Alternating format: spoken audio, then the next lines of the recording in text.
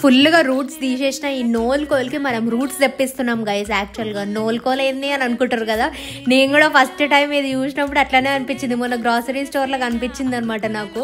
ఇదేంది వెరైటీగా ఉంది అసలుకి అని చెప్పేసి. అంటే చిన్నప్పుడు మనము టర్నిప్, రాడిష్ వీటి గురించి చదువుకున్నాం, కానీ ఇది అసలు ఎక్కడ నేను అంటే నెవర్ కమ్ అక్రాస్. మీరు ఒకవేళ ఇది తిన్నా, ఒకవేళ ముందే చూసినా, let me know in the comments guys.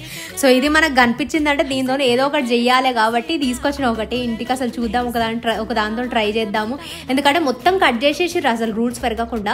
So తీసుకొచ్చి నేను వాటర్లో పెట్టగానే ఒక 1 వీక్కి మంచిగా ఇట్లా రూట్స్ పెరిగినాయి అనమాట. ఇంకా కొంచెం అట్లనే పెరగని అని చెప్పి 2 వీక్స్కి మంచి ఇంకా బాగా పెరిగినాయి గైజ్. రూట్స్ అయితే ఎంత బాగా పెరిగినాయి, నేనైతే చాలా సర్ప్రైజ్ అయినా.